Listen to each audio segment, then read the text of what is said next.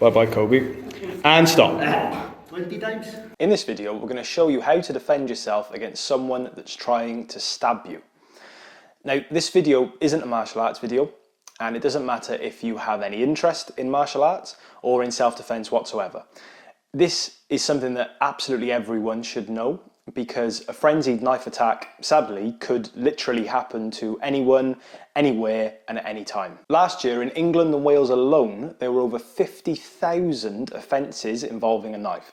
Knife crime's risen 78% in the last 10 years in the UK. It's been described by police as a national emergency. Now, we can't use our YouTube channel to stop knife crime, that's not realistic, but what we can do is we can use our channel to show people a really easy, simple technique that anyone can learn in less than 30 seconds that can genuinely save their life if they become a victim to knife crime.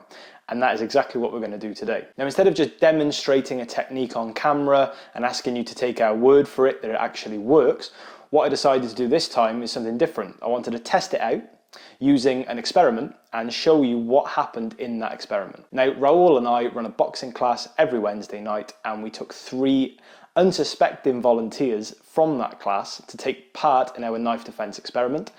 None of the volunteers had ever had any training before in knife defense. Now, the experiment was really simple, and we split it into 3 parts. In part 1, we'd attack the 3 volunteers with a training knife, counting how many times we successfully stabbed them. Then in part 2, we would teach them our knife defense, and then in part 3, we'd stab them again. And if they got stabbed less the second time around, or ideally not at all, then we can assume that our technique is effective. So let's get into it. We called each of the volunteers into the room one by one, and we told them the following. Something terrible is going to happen to you, and you need to survive it. And it'll continue until I say stop. Okay? Then Raoul, my friend and fellow YouTuber on this channel, attacked them with a knife, and here's how they got on. I want your purse.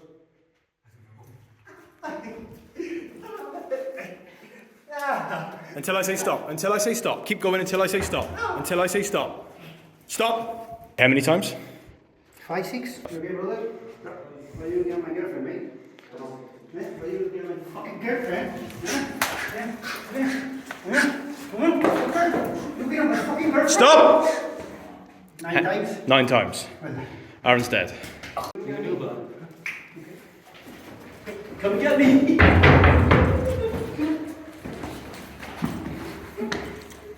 Bye-bye, Kobe. And stop. 20 times. So, how do you think that went? I would say pretty damn badly, but that's to be expected. They've never had any training in knife defense before. Now, we've learned a lot from these videos already. These guys are all experienced boxers and kickboxers. They're really good fighters. Now, did that help them in any way whatsoever against the knife?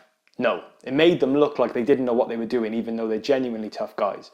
Now, being a good fighter does not improve your chances of surviving a knife attack whatsoever. Now, the next learning point was, did anyone see that the door was open behind them the entire time, but nobody tried to escape?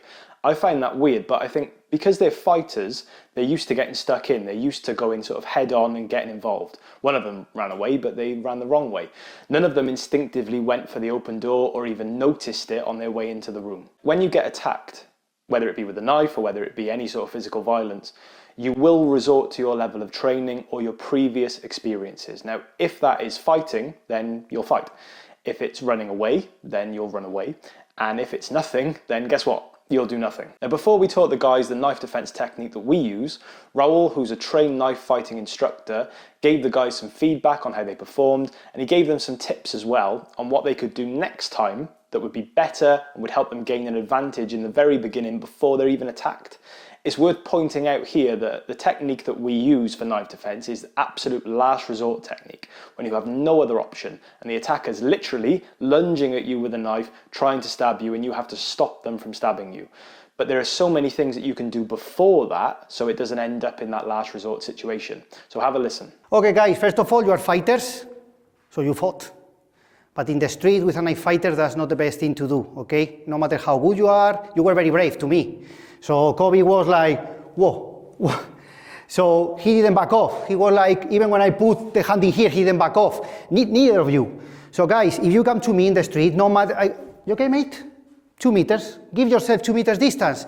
Not even kicking distance. And guys, especially if someone touch his pocket, send you a signal that something is looking for something, probably it's going to be a weapon. Okay? Probably it's going to be a weapon. So first of all, don't be machos. Someone come to you, even if it's a granny. You okay, me lady? You okay, mate? I can hear you. Back off. Okay? And especially if I do this, guys, then kick. Throw me something, run away, ask for help, shout, okay? But if I'm coming here, probably it's a weapon, I'm defending from a weapon, it's very difficult. And the three of you, even when I put your hand in here, instead of removing my hand, hey, what are you doing? And when I do this, you were, okay, oh, it's a knife. You keep on fighting, okay? No, in real life, guys, distance, if you cannot put a barrier or throwing something between you and the weapon, run away, ask for help, whatever. So creating a space is really crucial if you're not sure of someone's intentions. Try to get at least 2 meters distance between you and the potential attacker. Look for signals as well. They're obvious if you look for them. If someone's reaching for something, it's probably not a handful of money they're going to pull out and give to you, okay? If they're reaching for something, alarm bell should be ringing and you need to do something. Get a barrier between you and the attacker. Throw something at them, kick them. If you can, grab their hand and trap it so they can't pull the knife out. These are some options that you can use. Whichever one you choose will obviously depend on the circumstance that you're in at the time. So now what we're going to do is we're going to show you guys and everyone watching a simple technique that you can use. It takes 30 seconds to learn, where when you're in that situation, if distance and all the really good feedback that Raul's offered has failed, there's no distance, there's no ability to create barriers, and you are very much relying on a oh shit last resort technique, this is the technique that's easy to learn and it's going to save your life, and we're going to show you now. So all that you need to do is take your hands and create an X, okay? So all we're going to do is the knife comes in using our X here. All right, so my legs are coming back. I'm not going into my boxing stance, because if so, I could get sliced on the leg, just like that, okay? And there's arteries here and nasty stuff. So I'm gonna, as soon as it comes in straight away, I'm moving backwards, keeping my legs back, using an X block to stop the knife. Keep stabbing me, bam, bam, bam, bam. Notice my hands are not changing, they're not moving. And how many times am I getting stabbed? How many times am I getting stabbed? None at all. You can't do that all day because he only needs to get lucky once, okay? But luckily from here, this movement sets up a monstrous headbutt, okay? So as you come in, bang, you've got a headbutt there. That might give you a bit of a stun on your attacker to get away, get out that open door. One final really good point to make, you're all trained fighters, so you're used to one-on-one combat. And when you're sparring like we were doing earlier, you're not screaming and asking for help. So when you go into a situation like that, chances are you're not going to naturally scream and ask for help either. And that goes for everyone that's trained in martial arts. You're used to not showing pain, not showing intimidation, and getting on with the fight. In a knife fight, it's the opposite, right? Scream like a girl, ask for help, shout for help, scream as loud as you can, get people alerted. It's going to deter the attacker and get them to run away, hopefully. So we were actually really cruel, and we didn't give the guys any time to practice the technique that we just showed them. We literally explained it to them, and then we started attacking them with a knife again straight away. So here's how they got on the second time around, after we just very quickly showed them our technique. Looking at my girlfriend, again. Looking at my girlfriend, eh? You're looking at my girlfriend.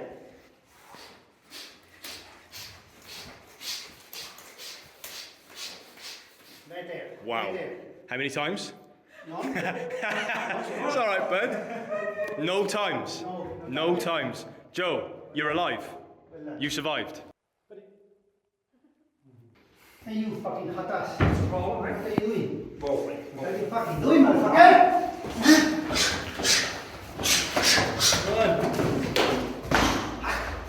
How many times? Half. Half. Yes. Half. Minutes left. Okay, you're probably alive. No, man. No, Looking at me again. Looking at me. back off. Back off. Cross the hands, Cope. Cross the hands. Cross the hands. That's it. Cross them. Cross them. Cross them both.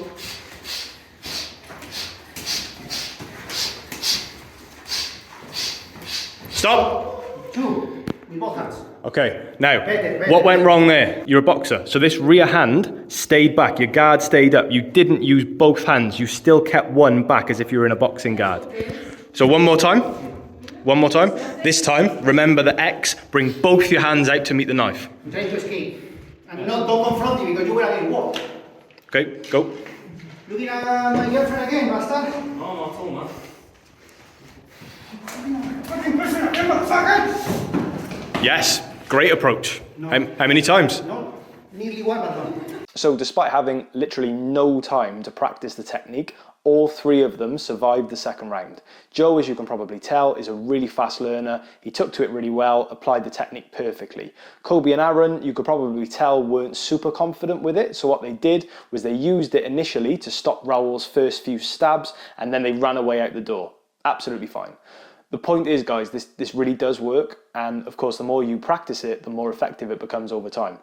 But you have to remember that the attacker only needs to be lucky once, especially with knife defense. You know, one lucky stab and that's the end of you. So you need to be lucky every time. And for that reason, you shouldn't be hanging around, blocking the attack, thinking about how amazing you are.